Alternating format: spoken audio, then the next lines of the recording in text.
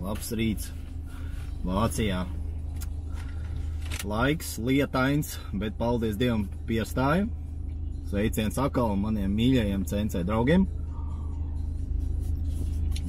Nu, ko šodien nedaudz pabrauksim pa Vācu highway. Līdz viesnīcai mums ir 431 km un atrašanās vieta ir Fulda. Šajā video man nedaudz bija tā doma, atkal netiekot vēl līdz izstādē, kamēr un sākot tās CNC sarunas parunāt arī par to, pāris idejas arī tomēr, kā braukt Vācijā pa highwayiem, kas vispār tikko mēģina šajā valstī kaut ko darīt. Un satiksme te ir ļoti dinamiska un ir pāris lietas, kas tomēr, atšķirās. Paskatīsimies, kā mums te braucās. Uzliksim tagad tā, lai kaut ko redz. Un aiziet.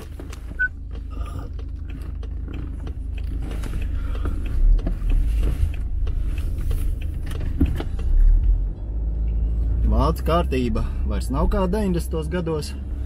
Visur ir šmucīgi. Turpiniet braukt pa maršrutu. Bet, šis mehānisms darbojās jau kādu laiku. Te parasti ir svarīgi diezgan laicīgi jau, ko saka, iedot pumpā. Un neskriet uzreiz, daudzi mīl skriet jau uz nākamo joslu. Vācieši īpaši. Bet tas nav jādara. Un ja vispār tikko sākat braukt, labāk turaties labajā un vidējā joslā. Jo te brauc smagie, neskries garām sportisti, ātrumu mīļotāji. Un jau mums ir pie 130, bišķi mazāk, 127 rāda navigators. Tikko nolīs, asfalts labs. Tā arī mēs te braucam, bet jau redzam, ka talmā notiek drūzmēšanās un visāds tāds tam līdzīgas lietas. Bišķi te pieregulēšu, lai jūs kaut ko redzat arī, kas te notiek. Bet, 133 ātrums km/h un tā īpaši nejūt.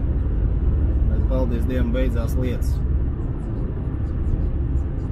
Kas ir ievērots lietas laikā, viņiem, kas liekas nedaudz jocīgi, tomēr šausmīgi patīk braukt viens aiz otra ķēdītē un netur distanci. Tomēr tas ir diezgan nedroši, jo mēs pa bremzēm pie 100 vai pie 90, pie 140, katru reizi mainās bremzēšanas sevi parametri. Un tas ir viens mirklis, Tas ir viens mirklis. Te būs kameras, laikam, te es neskriešu. Es jau te vienreiz atrāvos. Kaut kad, nezinu kad. Varbūt arī nav. Likās tikai.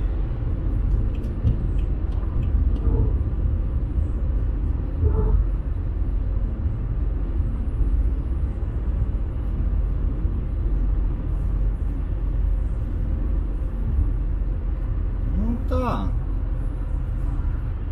Galvenais, saku, ieturēt distanci jebkuros laika apstākļos, pat arī, ja segums ir labs un tomēr Latvijas fūrīte, tikko no prāmi arī laikam. Tā ir, tā tas te notiek. Labi, tiekamies vēlāk.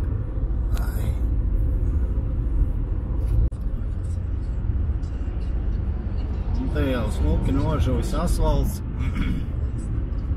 Riktīgi var iebērt, ja vajag, bet nevienmēr vajag. Mēs redzam, ka satiksme ir blīva. Visi brauc. Tā te notiek cauru diennakti. Vienmēr visi kaut kur brauc. Un redz arī mazie smagie lēkā. Tiem arī ir jāapdzen. Vienmēr jābūt ir tomēr uzmanīgam un koncentrētam. Es vispār uzskatu, ka uz Vācu highway jātur stūri abās rokās, kārtīgi vienmēr nevar atslāpt. Ir redzēts brauc arī tie paši, ne tik daudz vācieši, bet, nu, tomēr turisti brauc atslābuši, jā, bet, nu, tas ir ļoti riskanti viens mirklis un ir sūdi, jā. Tas ir fiziku neapmānīs, jā, nu tā notiek. Atkal sākta līņāt. Laiks Vācijā šodien laikam būs visu laiku šāds, ar mainīgām lietavām un skaidrošanos. Bet braukt ir viennozīmīgi bauda, ja nav jāstāv korķos, ja, jo tur ir tā, vai nu tu brauc, vai nu nebrauc. Jo arī, ja ir diezgan drūzmēta satiksme, viņi diezgan labi bīdās, nav grūtības pārvietoties. Jā. Īpaši, ja jūs esat arī jau pieredzējuši braukāt un vienmēr visādi piedāvā arī apbraukšanas variants. Nu, nezinu, man patīk, es esmu te nobraukājies jau turpu šurpu pa šiem gadiem. Un vienmēr patīk šī dinamiskā satiksme, lai nu, cik brīžiem tas arī nav droši, ja, jo godīgi sakot, kamēr ir šitāds te formāts ir diezgan pat labi, ja, jo viss brauc tā piedomāt. Sliktie momenti ir šaurie kakliņi, kur ir remonti, bieži vien tur ir 90, 70, bet tomēr arī šī biznesa vide cilvēkiem liekas steigties, nezinu kāpēc. Vācieši it kā ir tādi prātīgi, un viņi tur arī mēģina līst viens otram garām. Par šo laiku esmu vairāk kārt redzējis gadījumus, kad tiek aplausts spoguļi, tieši kur šaurajās vietās ceļš maina virzienu. Nu, drīzāk tā kā pāriet no vienas joslas otrā. Nu, tur sanāk sasvarās transports gabarīti, bišķi mainās un viss tas iet, nu aiziet pa gaisu tie spoguļi. Ir redzēts, bet nu, paldies Dievam, pašam nekas tāds man nav noticis nekad. Un tajās vietās arī mēģina, arī pat ja sanāk kādu kilometru pārkāpt, tad braukt tikai taisnajā posmā. Nu, savādāk saka, tas ir īpaši, ja brauc ar SUV vai busiņiem, tad var pazaudēt savus spoguļus. Nu, jā. Labi, pagaidām. Sveiciens atkal visiem draugiem, nedraugiem. Atminējos par vēlreiz to momentiem, kas Vācijā tā ļoti tipiski un aizgājis ieradumā. Ja tu brauc virsū uz maģistrāles, nu tā kā uzejiet virsū no sāniem, no sāna izejas, bet brauc virsū. Un nāc ar kaut kādu attiecīgo ātrumu. Vācijā, nu, viņi ir šausmīgi pieraduši, uzreiz ne visi, bet, nu, tomēr laist tevi un lec aktīvi nākamajā joslā, nu, šajā gadījumā vidējā. Bet, ja tu brauc un redzi to, kad kāds tūlīt velk ārā un labajā joslā brauc tas, kas tev var lekt priekšā, piedomā pie tā, ko darīsi tu jau laikus. Kāpēc? Tāpēc, ka, nu, kā jūs teicu, šiem vāciešiem šī laišana ir aizgājusi pieredumā, ka viņš jau nav paspējis parādīt manevru un nodomu, ka viņš jau ir ielecis tajā joslā. Un es pats esmu pāris reizes pieredzējis, ka man ir ātri jāvāc auto kopā, vai arī jāpārkārtojās dižā ātrumā uz pavisam kreiso joslu. Un tas nav labi, jo šī te subordinācija tomēr tad ir jāievēro. Tas, kas tur brauc un pieredz, ka viņu laidīs ārā un vairs neskatās, tas nav labi.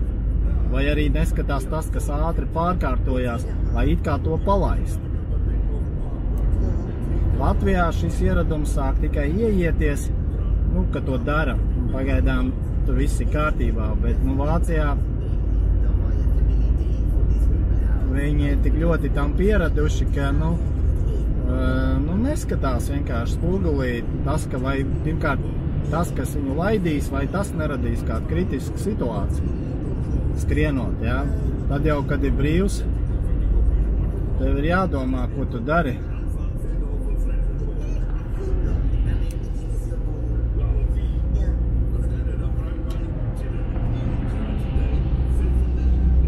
Jo tikko arī situācija, kad fūre izdarīja lēmumu, ka viņi brauks pa kreisi, un tad viņi maina viedokļi, jā, jo viņi redz, ka kreisā josla ir pilna, un man jau nav kur palikt. Man jāvācās kopā. Rezultātā lēmums ir kancelēts.